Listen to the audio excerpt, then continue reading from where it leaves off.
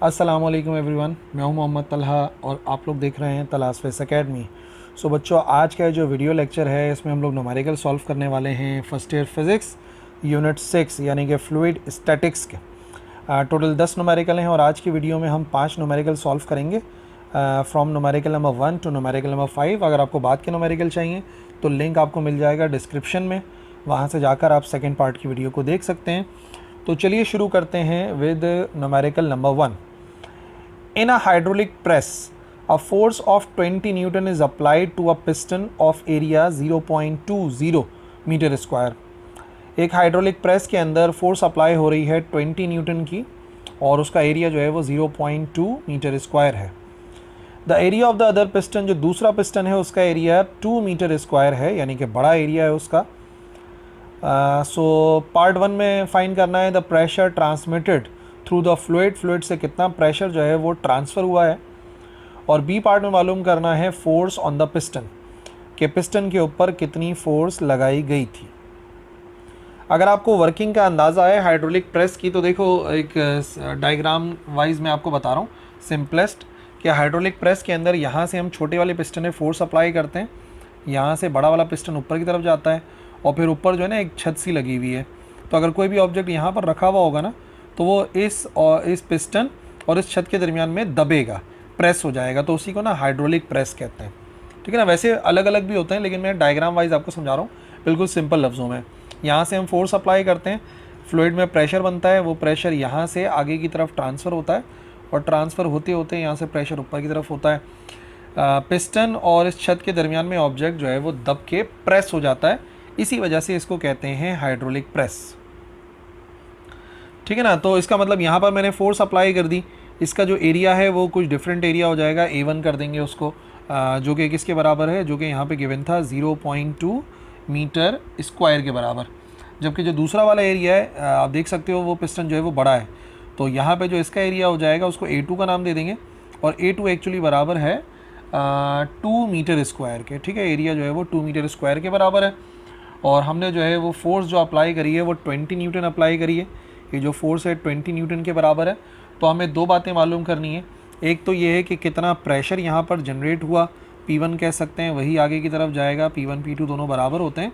और फिर मालूम करना है कि फोर्स जो है वो कितनी होगी यहाँ पर जो ये अप्लाई होगी, यानी कि F2 मालूम करना है। तो सबसे पहले डेटा बना लेते हैं। तो सबसे पहले क्वेश्चन नंबर 1 का डेटा बना लेते हैं। ठीक है, जो जो कुछ हमें गिवन था वो यहाँ पे लिख देते हैं। हमें फोर्स गिवन है 20 न्यूटन और पिस्टन का एरिया जो है वो 0.2 मीटर स्क्वायर के बराबर है। तो सबसे पहले हमें कितनी फ़ोर्स अप्लाई करी हमने, वो दी हुई है फोर्स अप्लाइड, और जो फोर्स अप्लाई करते हैं उसको हम F1 से शो करते हैं, यहाँ पे आप देख सकते हो, जो कि बराबर है 20 न्यूटन के।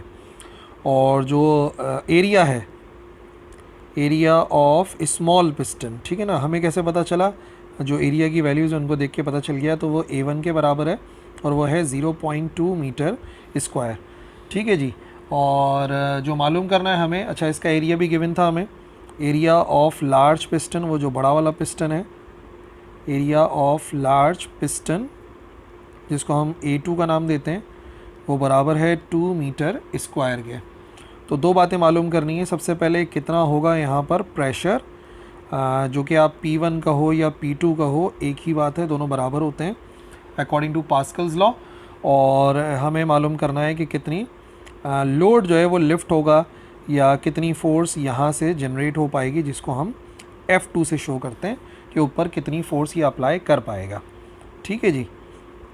तो सबसे पहली बात ये कि मैं इधर का प्रेशर निकाल लेता हूँ, यहाँ से जब सॉल्व करेंगे तो वही प्रेशर फिर आगे हो जाएगा। तो step number 1, pressure on small piston, या उसको ए भी कह सकते हो, ए सिलेंडर, स्मॉल पिस्टन जो है उसके ऊपर प्रेशर कितना होगा। प्रेशर की डेफिनेशन के मुताबिक प्रेशर बराबर होता है फोर्स पर यूनिट एरिया के।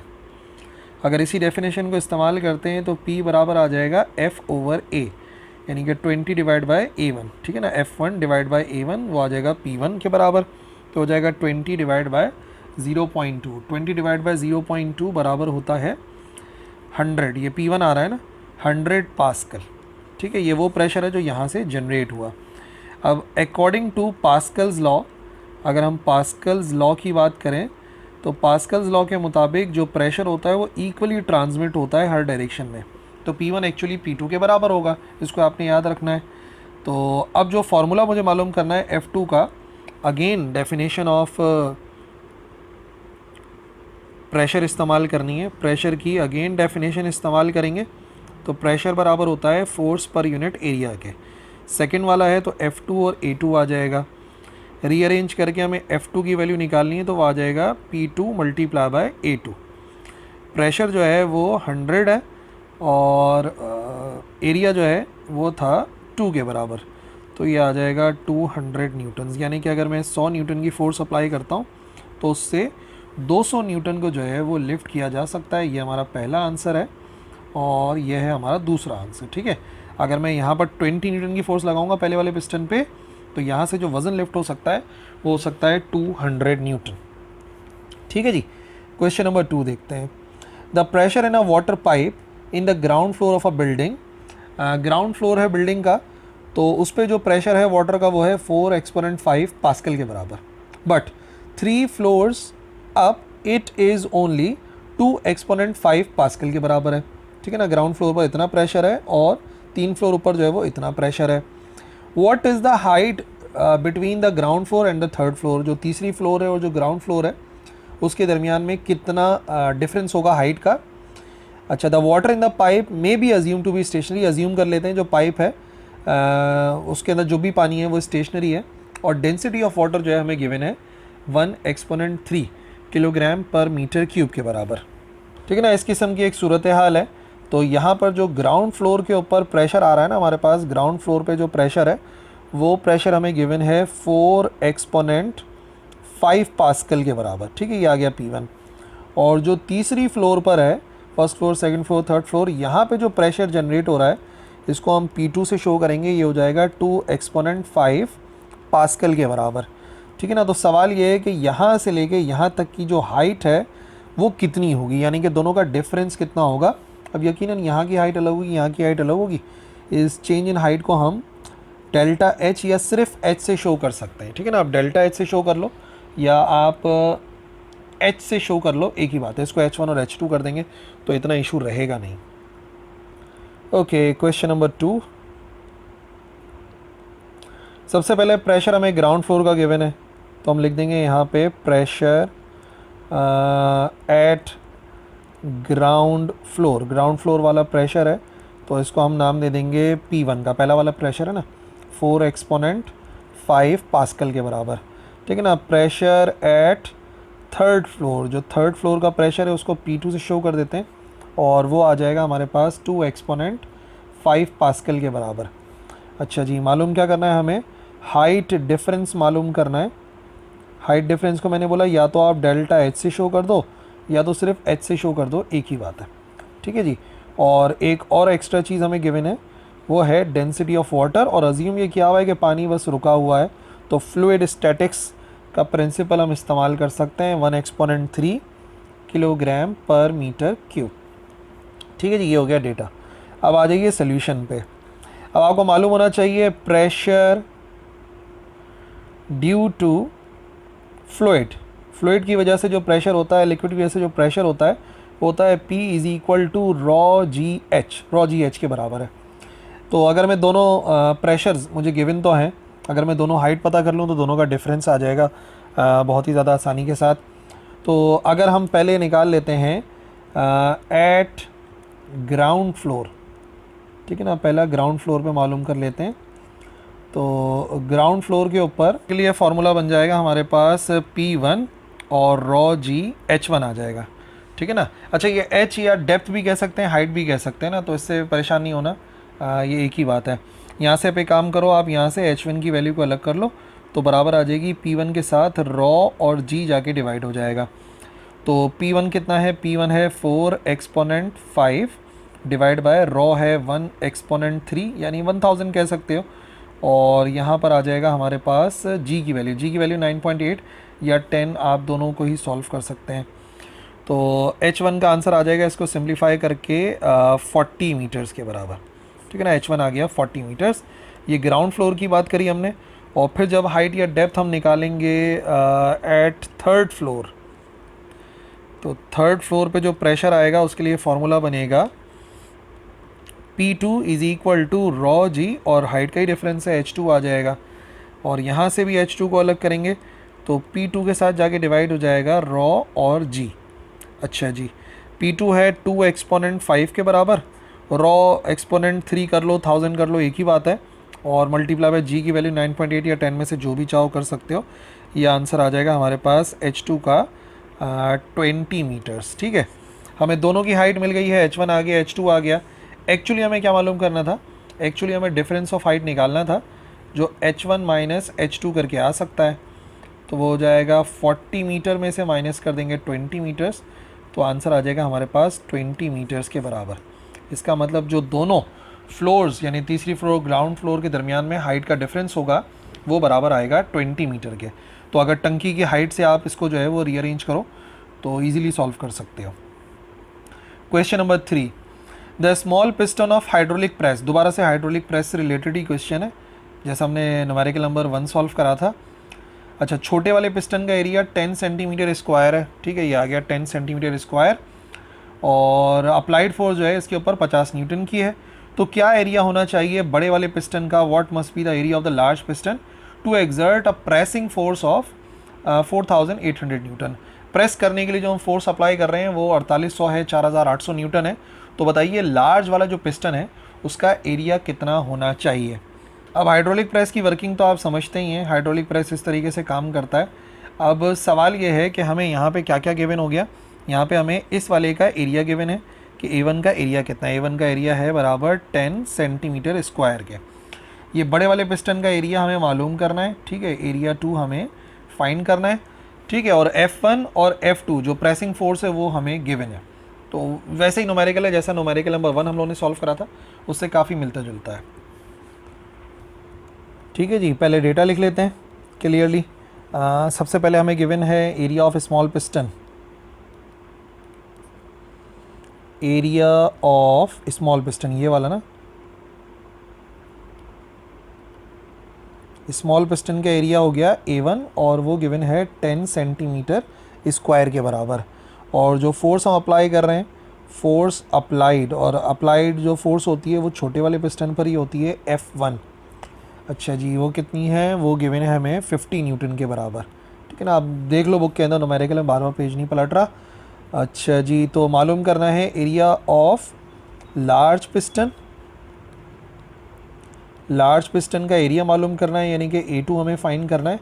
और जो लोड लिफ्टेड है या प्रेसिंग फोर्स आप कह लो, जिससे लोड लिफ्ट होगा या प्रेस करने के लिए कितनी फोर्स रिक्वायर्ड है उसको हम F2 से शो करते हैं, वो है 4800 न्यूटन के बराबर। ठीक है, अब यहाँ पर भी जो बात है वो सारी की सारी पास्कल्स प्रिंसिपल की है, उसी को हम इस्तेमाल करेंगे। अकॉर्डिंग टू पास्कल्स लॉ, जितना प्रेशर यहाँ पर होगा P1 वही प्रेशर आगे जाएगा और वही प्रेशर बेसिकली बराबर आएगा P2 के। तो पास्कल प्रिंसिपल के मुताबिक P1 एक्चुअली बराबर होता है P2 के। और अगर हम डेफिनेशन ऑफ प्रेशर इस्तेमाल करें according to the definition of pressure, तो प्रेशर बराबर होता है फोर्स पर यूनिट एरिया के। तो यहाँ पे आ जाएगा F1 divide by A1 is equal to, और P2 की जगह पर आ जाएगा F2 डिवाइड बाई A2। ठीक है ना, जो जो गिवन है वो पुट कर देते हैं, लेकिन देख लो कन्वर्जन तो नहीं करनी है। यहाँ पे देखो एरिया की कन्वर्जन ज़रूरी है, सेंटीमीटर स्क्वायर। अब ध्यान रखना है स्क्वायर लगा हुआ है, 2 मरतबा इसको डिवाइड बाय 100 करवाना पड़ेगा आपको। ठीक है ना, स्क्वायर लगा हुआ है तो 2 सेंटीमीटर हैं, दोनों को मीटर में कन्वर्ट करना है तो 2 मरतबा डिवाइड बाय 100 करना पड़ेगा। तो एक ज़ीरो से एक ज़ीरो कैंसिल हो जाएगा, 3 ज़ीरो बचेंगे। तो एरिया जो है वो बराबर आ जाएगा 1 एक्सपोनेंट -3 मीटर स्क्वायर। ठीक है ना, ये एरिया आ जाएगा हमारे पास। अच्छा जी, F1 की वैल्यू, F1 बराबर है 50 के।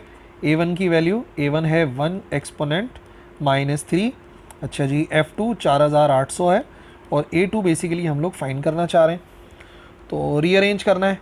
A2 बराबर आ जाएगा 4800 के साथ ये जाके हो जाएगा मल्टीप्लाई 1 एक्सपोनेंट -3 और डिवाइड में आ जाएगा 50, जिससे A2 अलग हो जाएगा। तो तो बस डायरेक्टली वैल्यूज़ पुट करनी है कैलकुलेटर के अंदर।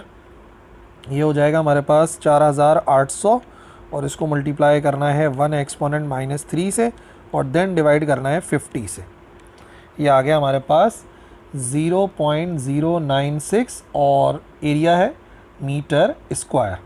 बट एक इशू है, या एक एक्स्ट्रा काम समझ लो आप, यहाँ पर हमें सेंटीमीटर स्क्वायर में जो है वो गिवन है, तो बेहतर ये है कि हम भी अपना आंसर सेंटीमीटर स्क्वायर में कन्वर्ट कर लें। तो मीटर स्क्वायर में तो 0.096 आ रहा है, इसको कन्वर्ट करेंगे इन स्क्वायर सेंटीमीटर स्क्वायर्ड में, तो A2 बराबर आ जाएगा, हमें सिर्फ क्या करना है 0.096 को मल्टीप्लाई करना है 2 मरतबा 100 से। ठीक है, 2 मरतबा 100 से मल्टीप्लाई कराएंगे तो ये आंसर आ जाएगा हमारे पास 960 सेंटीमीटर स्क्वायर। आप देख सकते हो कितना फ़र्क है। जो छोटा वाला पिस्टन था उसका एरिया 10 सेंटीमीटर स्क्वायर है, तो इसका एरिया 960 सेंटीमीटर स्क्वायर के बराबर। अच्छा खासा डिफरेंस होता है। ओके जी, क्वेश्चन नंबर 4। क्वेश्चन नंबर 4 है about hydraulic jack. Mechanical advantage दिया गया है हाइड्रोलिक जैक का, कि हाइड्रोलिक जैक का मैकेनिकल एडवांटेज इतना है, और हमें जो है वो मालूम करना है weight of the heaviest automobile. कोई भी ऑटोमोबाइल जो हैवीएस्ट है, जिसको हम लिफ्ट कर सकते हैं by applying a force of 55 Newton. ठीक है ना, मैकेनिकल एडवांटेज गिवन है और अप्लाइड फोर्स ये रही, और कितना हैवीएस्ट हम लोड लिफ्ट कर सकते हैं ये हमें फाइंड करना है। तो अगर नहीं मालूम ना, हाइड्रोलिक जैक कुछ इस किस्म का होता है, कार वगैरह को लिफ्ट करने के लिए इस्तेमाल करते हैं। ये रॉड होती है, इधर रॉड फंसाते हैं और फिर उसको जो है ना इस तरीके से मैं आपको दिखाता हूँ, इस तरीके से ना यहाँ से रॉड को ऊपर नीचे मूव कराते हैं, तो जो फ्लूइड है, फ्लूइड के प्रेशर की वजह से जो लोड है ना यहाँ पे लिफ्ट होता रहता है। तकरीबन ऐसे ही होता है, अभी थोड़ा सा डिफरेंट है, लेकिन उसूल यही है काम करने का, कि यहाँ पर हम प्रेशर अप्लाई करते हैं, यहाँ पर हाइड्रोलिक जो पास्कल्स प्रिंसिपल है उसके मुताबिक जो है हाइड्रोलिक मशीन काम करती है, और हाइड्रोलिक जैक भी बिल्कुल वैसे ही काम करता है। ये आ गया हमारा क्वेश्चन नंबर 5। हमें गिवन है मैकेनिकल एडवांटेज कितना है। मैकेनिकल एडवांटेज MA से शो कर देते हैं मैकेनिकल एडवांटेज को। ये आ जाएगा हमारे पास 420 के बराबर, इसका कोई यूनिट नहीं होता। ठीक है ना। अच्छा जी, फोर्स जो हम अप्लाई कर रहे हैं, फोर्स अप्लाइड फोर्स कितनी है। अप्लाइड फोर्स है, इसको नाम देंगे हम F1 का नाम दे देते हैं।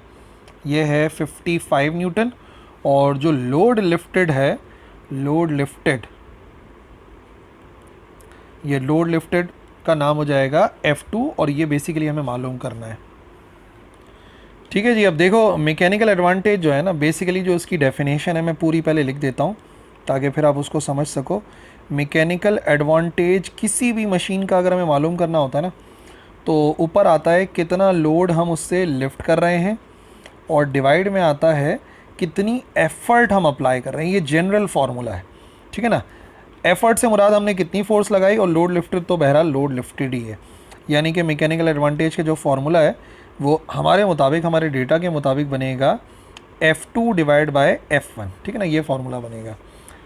तो F2 मालूम करना है, उसे अलग कर लो, F1 जाके मल्टीप्लाई हो जाएगा मैकेनिकल एडवांटेज के साथ। तो F1 की वैल्यू है 55 इंटू 420। 55 को 420 से मल्टीप्लाई कर दो into 420, it is equal to 23,100 newton. ठीक है, जिसको आप राउंड ऑफ कर सकते हैं, तकरीबन जो है वो ये हो जाएगा 23,000 के बराबर हो जाएगा तकरीबन, राउंड ऑफ करके। बट एक्चुअल जो आंसर है वो इतना ही आएगा, 23,100 न्यूटन। राउंड ऑफ करने का मतलब सिर्फ इतना ही है कि आमतौर पे जब बनाए जाते हैं, देखो यहाँ पे भी इन्होंने राउंड ऑफ करके दिया हुआ है, जब भी इस किस्म की हाइड्रोलिक मशीन बनाई जाती हैं, तो आमतौर पर उनका मैकेनिकल एडवांटेज जो है ना राउंडेड ऑफ रखा जाता है। क्वेश्चन नंबर 5, एक फ्लैट बॉटम रिवर बार्ज है। मैं बताता हूँ अभी रिवर बार्ज क्या होता है। 30 फीट चौड़ा है, ठीक है, 85 फीट लंबा है, और 15 फीट जो है वो डीप है, उसकी डेप्थ इतनी है। अच्छा, how many metre cube of water will displace while the top stage 1 metre above the water. अगर जो ऊपर वाला हिस्सा है वो 1 मीटर ऊपर रहता है पानी से, तो बताइए कितने मीटर क्यूब वाटर जो है वो डिस्प्लेस होगा। अच्छा, एक इशू है यहाँ पर, बोला हुआ क्वेश्चन के अंदर मीटर क्यूब में और आंसर उन्होंने फिट क्यूब में दिया हुआ है, तो मैं आपको दोनों ही बता दूंगा, ठीक है ना। फिट क्यूब वाला आंसर भी देख लेंगे और मीटर क्यूब वाला आंसर भी देख लेंगे। अच्छा, what load in turns will the barge contain, कितने टन जो है वो बार्ज ने जो है वो रखा हुआ है लोड इस कंडीशंस में।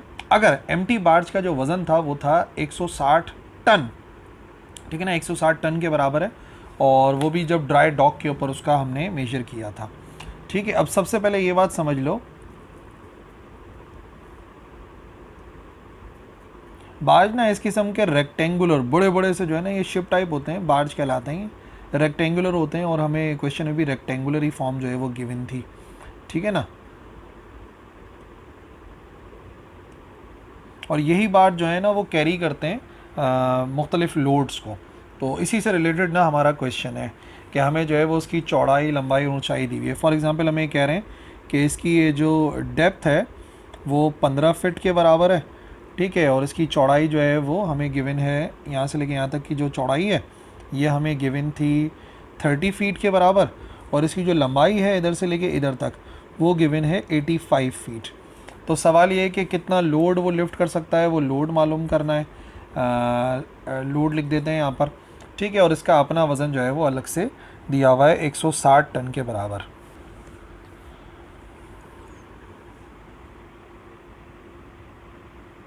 अब थोड़ा सा ना यहाँ पे आपने कन्वर्जन का भी ध्यान रखना है, क्योंकि इस न्यूमेरिकल में ना थोड़ा सा कन्वर्जन का एक इशू आपके सामने आएगा। तो फैक्टर मैं अभी आपको बता देता हूँ, फैक्टर आपने क्या क्या याद रखने हैं। अच्छा जी, विड्थ गिवन है, लेंथ गिवन है और डेप्थ गिवन है। तो सबसे पहले हम कर लेते हैं कि इसकी जो विड्थ है वो कितनी है। विड्थ को W से शो कर देते हैं, लेंथ को L से शो कर देंगे, और डेप्थ को शो कर देंगे D से, ठीक है। कितनी कितनी है, विड्थ है 30, 85 और 15, 30 फीट है, ठीक है, 85 फीट है और 15 फीट है। इसके अलावा जो वेट है, weight of barge, empty barge का जो वेट था उसको हम शो कर देते हैं W से, वो 160 टन के बराबर है। और बेसिकली दो चीज़ें मालूम करनी है, एक तो हमें करना है वॉल्यूम कितना होगा वाटर का जो कि उसने डिस्प्लेस करना है, ठीक है, V से शो कर देते हैं। और मैं आपको दोनों में आंसर दे दूंगा, मीटर क्यूब में भी आंसर निकलवा देता हूँ और फीट क्यूब में भी, ठीक है। क्वेश्चन में मीटर क्यूब में और आंसर फीट क्यूब में। और फिर जो है वो कितना लोड जो है ये कैरी कर सकता है वो भी हमें जो है वो टन में कैलकुलेट करना है, वो भी लिखा हुआ है ना क्वेश्चन के अंदर। अब सबसे पहला एक फैक्टर याद रखो, 1 मीटर बराबर होता है 3.28 फीट्स के, ठीक है ना। तो इसको आपने सबसे पहले जहन में रखना है। तो फिट से मीटर क्यूब में जाना है, इधर डिवाइड में भेजना पड़ेगा, तो इस वैल्यू को डिवाइड कराएंगे 3.28 से, इस वैल्यू को भी डिवाइड कराएंगे 3.28 से, इसको भी डिवाइड कराएंगे 3.28 से, ताकि आंसर मीटर में आ जाए, फिर इजीली सॉल्व कर लेंगे। तो ये आ जाएगा 9.14 मीटर, ये आ जाएगा 25.9 मीटर, और ये आ जाएगा 4.57 मीटर्स, ठीक है जी। अब सबसे पहले वॉल्यूम का फॉर्मूला हमें याद रखना है। वॉल्यूम जो है वो बेसिकली बराबर होता है कितनी जो है वो हमारे पास विड्थ है, कितनी हमारे पास लेंथ है और कितनी डेप्थ है, और उसमें से -1 करना पड़ेगा। अब ये -1 में क्यों कर रहा हूँ, क्योंकि अगर आप क्वेश्चन याद करो तो यहाँ पे लिखा हुआ था कि जो बार्ज है वो 1 मीटर अबव द वाटर है, यानी कि डेप्थ में एक ही कमी आ जाएगी ना, इस वजह से इसको माइनस कराना लाजमी है। माइनस नहीं कराया तो सब गलत हो जाएगा, ठीक है जी। तो इनकी वैल्यूज़ पुट करते हैं। विड्थ हो गई हमारे पास 9.14, लेंथ हो गई हमारे पास 25.9, और डेप्थ हो जाएगी हमारे पास 4.57 में से 1 को माइनस कर देंगे, ठीक है। तो कैलकुलेट कर लेते हैं, 9.14 मल्टीप्लाई बाय 25.9 और मल्टीप्लाई बाय 3.57, ये आंसर हमारे पास आ गया वॉल्यूम का 845.1, और ये आंसर आ गया हमारे पास मीटर क्यूब में, ठीक है। तो मैंने कहा था ना एक मरतबा आंसर मीटर क्यूब में भी दिखा दूंगा, और फिर इसका आंसर जो है वो फीट में भी कन्वर्ट करवा देंगे। अच्छा, अब जो दूसरा फैक्टर आपको याद रखना है वो ये है कि 1 फीट क्यूब बराबर होता है 0.028 मीटर क्यूब के। ठीक है, अच्छा दो काम कर सकते हो, या तो इस फैक्टर को याद रख लो, वैसे आमतौर पे ऐसे फैक्टर्स पेपर में न्यूमेरिकल में गिवन होते हैं, नहीं तो यही जो हमारे पास आंसर आ रहा है इसको 3 मरतबा 3.28 से मल्टीप्लाई करा लो, तो दोनों बातें सही हैं। तो अब मुझे फीट क्यूब में कन्वर्ट करना है, तो ये हो जाएगा हमारे पास volume is equal to 845.1 into, इसको डिवाइड करना पड़ेगा क्योंकि आंसर मीटर क्यूब से निकाल रहे हैं हम, मीटर क्यूब से फीट क्यूब में जाना है, डिवाइड बाय दिस वैल्यू करनी पड़ेगी, तो ये आ जाएगा 0.028। डेसिमल के बाद जितनी वैल्यू इस्तेमाल करोगे उतना आंसर बेहतर आएगा। 845.1 डिवाइडेड बाय 0.028, ये आ गया हमारे पास बराबर 30182.1 के। ठीक है ना, और अगर इसको आप राउंड ऑफ करते हो तो आप इसको राउंड ऑफ कर सकते हैं, वैसे तो ये हो जाएगा कितना 3.018 10 रेज टू दी पावर 1 2 3 4 4, और चाहो तो इसको आप राउंड ऑफ कर लो, फीट क्यूब में आ रहा है आंसर, ये हो जाएगा 3.1 10 raise to the power 4 feet cube. ठीक है, राउंड ऑफ करना लाजमी नहीं है, लेकिन मैंने इस वजह से राउंड ऑफ कर दिया क्योंकि बुक में आंसर जो है वो उन्होंने राउंड ऑफ करके दिया हुआ है 3.1 something 10 raise to the power 4, इस वजह से। ठीक है, ये तो हो गया वॉल्यूम वाला हिस्सा। अब आ जाओ बी पार्ट में। अब देखिए बात ये है कि जो बार्ज है ना, बार्ज ने कुछ जो है वो रिप्लेस करवाया था वाटर को। ठीक है ना, थोड़ा ये वाटर के लेवल के ऊपर था, ठीक है ना, थोड़ा सा इस तरीके से 1 मीटर ऊपर वाटर के था। अब याद रखें जो बॉयंट फोर्स है जो ऊपर की तरफ अप्लाई हो रही है, जो बॉयंट फोर्स है वो एक्चुअली दो चीज़ों को बराबर कर रही है। एक तो बराबर कर रही है कि यहाँ पर हमने कितना लोड जो है वो रखा हुआ है, और फिर दूसरा कितना जो है यहाँ पर इसका अपना वेट था, बार्ज का अपना वेट था, इसको बैलेंस कर रही है। यानी कि अगर मैं बॉयंट फोर्स निकालना चाहता हूँ तो वो दो चीज़ों के बराबर आएगी। एक तो ये है कि जो लोड इसमें हमने रखा हुआ है, और दूसरा इस बार्ज का वेट कितना था। अब हमें लोड कैलकुलेट करना है, तो लोड कैलकुलेट करने के लिए बॉयंट फोर्स में से माइनस करना पड़ेगा वेट को। ठीक है, अच्छा बॉयंट फोर्स पहले निकाल लेते हैं। बॉयंट फोर्स कैसे आती है? बॉयंट फोर्स का फॉर्मूला होता है रॉ जी वी। ठीक है, बॉयंट फोर्स का फॉर्मूला जो हम लोगों ने पढ़ा थ्योरी में, रॉ जी वी है। डेंसिटी 1000 वाटर की, वाटर को रिप्लेस कराया, जी की वैल्यू 10 पुट करो, और वॉल्यूम जो हम लोगों ने निकाला है मीटर क्यूब वाला है, वो लिखना पड़ेगा ना इधर। मीटर क्यूब वाला कितना है? 845.1, 845.1। इनको मल्टीप्लाई कराएंगे तो बॉयंट फोर्स आ जाएगी, इसको इक्वेशन 1 कर देते हैं। सो वैल्यू बनेगी 1000 इंटू 10, और इंटू हो जाएगा 845.1, इट इज़ इक्वल टू 8451, और ये आ गया 30। ठीक है ना, ये आंसर न्यूटन में आ रहा है। अच्छा जी, वेट भी निकालना पड़ेगा। वेट निकालेंगे कैसे? यहाँ पर उसका मास दिया हुआ था ना, वेट ऑफ द बार्ज, कहने को वेट ऑफ द बार्ज है लेकिन एक्चुअली ये मास ही है। तो इधर मैं पहले एम ही लिख देता हूँ ताकि उसके बाद हम इजीली उसको वेट में कन्वर्ट कर लें। तो वेट बराबर होता है एम जी के। अच्छा जी, 160, पर ये टन में था, इसको कन्वर्ट करना पड़ेगा, ये किस में था? ये 160 जो है वो टन में था। तो मुझे केजी में कन्वर्ट करने के लिए, अगर मैं चाह रहा हूँ कि पूरा आंसर केजी में आ जाए, तो याद रखिए फैक्टर एक टन के अंदर, एक US 10 के अंदर पाए जाते हैं 907 किलोग्राम। तो इधर आपको 907 से मल्टीप्लाई करना पड़ेगा। ये जो आप मल्टीप्लाई कर रहे हैं ये इस वजह से ताकि टोटल मास जो है वो केजी में आ जाए, टन से केजी में कन्वर्ट करने के लिए। और जी की वैल्यू तो आपको पता है 10 के बराबर होती है। तो 160 इंटू 907 इंटू 10, यानी कि जी की वैल्यू, ये आंसर आ गया हमारे पास वेट का। ठीक है ना, वेट ऑफ द बार्ज कितना आ गया? 1451,200 न्यूटन के बराबर। अब इक्वेशन 1 से लोड निकालेंगे, वज़न निकालेंगे। तो इक्वेशन 1 इम्प्लाइज दैट L बराबर आएगा 845,1000 माइनस 145,1200 को माइनस करना है। 845,1000 और माइनस 145,1200, ये आ गया हमारे पास लोड 699,800। वैसे आप चाहो तो आप इसको राउंड ऑफ भी कर सकते हो अभी के अभी ना, इतना कोई इशू नहीं है इसके राउंड ऑफ में, लेकिन चलिए लिख देते हैं। आंसर आ गया हमारे पास न्यूटन में। ठीक है, बट क्या हमें आंसर न्यूटन में चाहिए था? नहीं, हमें आंसर टन में चाहिए। पहले न्यूटन से चले जाते हैं केजी में। इन किलोग्राम निकालते हैं। किलोग्राम में जाने के लिए मास निकालना पड़ता है ना, तो मास तब आता है जब हम क्या करते हैं, वेट को डिवाइड करते हैं जी से। तो ये एक्चुअली वेट ही तो आया है जिसको हम लोड का नाम दे रहे हैं 699,800 और इसको डिवाइड कर देंगे 10 से, तो ये हमारे पास मास आएगा कितना 6999 और 80 केजी में आ गया है। और फाइनली ये जो आंसर हमारे पास किलोग्राम में आ गया है, क्योंकि बुक में आंसर जो है वो टन में दिया हुआ है तो हम भी इसको टन्स में कन्वर्ट करेंगे। और टन में कन्वर्ट करने के लिए वही फैक्टर 907 किलोग्राम होते हैं एक टन में, तो जो हम मालूम कर रहे हैं 699,980 डिवाइड बाय 907।